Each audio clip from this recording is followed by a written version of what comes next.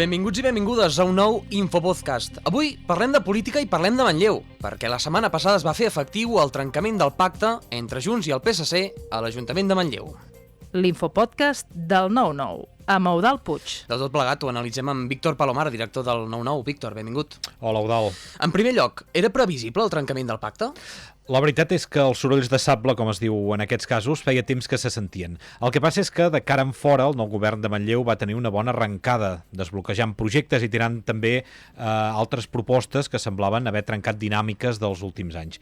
El que no ens esperàvem és que hi hagués el trencament del pacte l'endemà d'un ple municipal on es va tirar endavant diversos projectes de calat. Per tant, què ha passat, doncs, perquè s'hagi trencat el pacte quan estem a punt d'arribar a l'equador del mandat? Aviam, hi ha hagut divergències de prioritats i en alguns projectes puntuals que són lògics en dues formacions amb línies o discursos ideològics que són diferents. Però tal com ha explicat el 9-9, més que aquestes divergències ideològiques, el que ha provocat aquest trencament són desavinences personals i també una manca de sintonia entre els membres d'aquest govern. Les acusacions de deslleialtat i de desconfiança, com passa sempre en aquests casos, ara són creuades. Víctor, la gran pregunta. Què passarà a partir d'ara?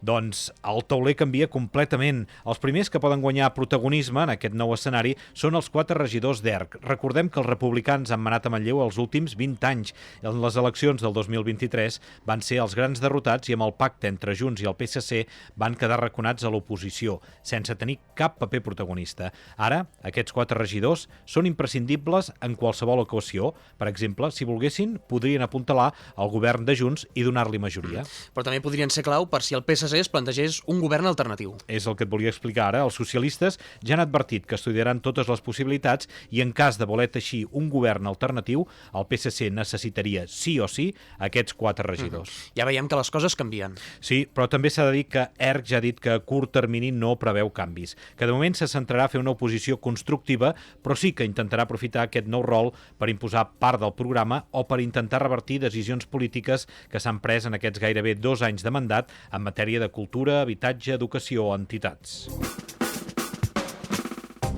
I avui, on anem? I Víctor, acabem amb una proposta. Doncs va, com que s'acosta Sant Jordi, serà una proposta literària en el marc del Taradell Negre. La presentació del llibre Els crims de la Mel, de Pep Coll, i anirà a càrrec de Núria Martínez. Es tracta d'una novel·la basada en un crim real que hi va haver al Pallars a mitjans del segle passat. És a 2:15 de la tarda a la Biblioteca de Taradell. Perfecte. Víctor, gràcies. Tornem demà. Que vagi bé. Adéu.